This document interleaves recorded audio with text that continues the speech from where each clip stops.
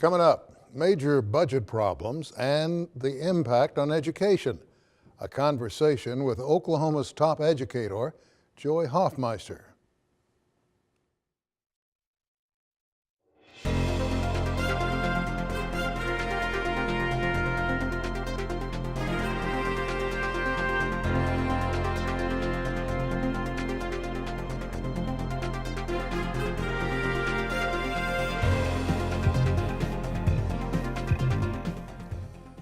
Hello, I'm Sam Jones. You know, it seems like the Christmas season was really short this year.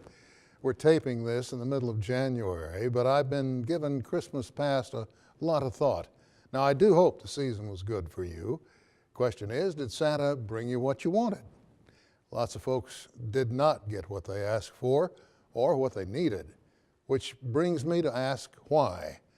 About 6 months before Christmas, the kids in the legislature started talking about a budget shortage, a $600 million shortage. They blamed the depressed oil industry, and as we got closer to Christmas, that figure started to climb. And by the time Santa flew in here, it was well over $900 million plus and could go higher, meaning lots of budget cuts.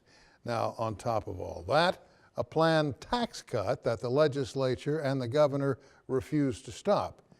So the present we all got was a warning to expect budget cuts, big time, and the state delivered.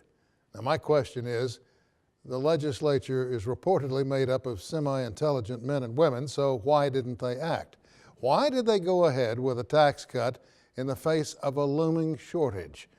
But the bigger question is, didn't they know it was dangerous to look to just one major revenue source to keep us all afloat?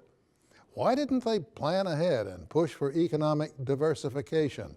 Also, how come we saw the state file so many lawsuits that they knew they would lose, that had to cost a lot of money? Now, rather than live like the rest of us and obey the law, they're looking at changing the judicial process because they feel the judges were unfair. In other words, let's get some judges in here who are more in tune with what we all want. If that happens, of course, we can expect more lawsuits that we will again lose. And speaking of losing, who gets hurt with the latest budget cuts? Who do you think? Education, of course, is really going to take it on the chin. Instead of investing in Oklahoma children statewide, lawmakers are giving them teacher shortages, growing class size, and disintegrating textbooks. Not my words, but worthy of passing on. And of the children going to school, what about the ever-growing number who go to school hungry? Well over half the students in Tulsa alone fall into that category. I haven't even talked about state prisons. Guess that puts me on the same level as the lawmakers. And two, what about all that money that Oklahomans should have received from the Affordable Health Care Act, refusing to accept it because it would make the president look good? My. Now that's real class. And here's what really hurts.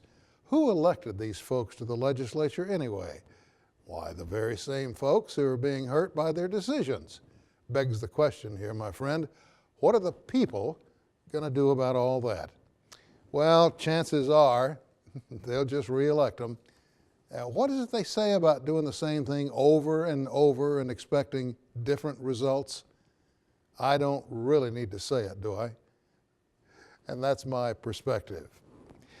Up next, a conversation with Joy Hoffmeister. The topic, budget cuts and education, when we come back.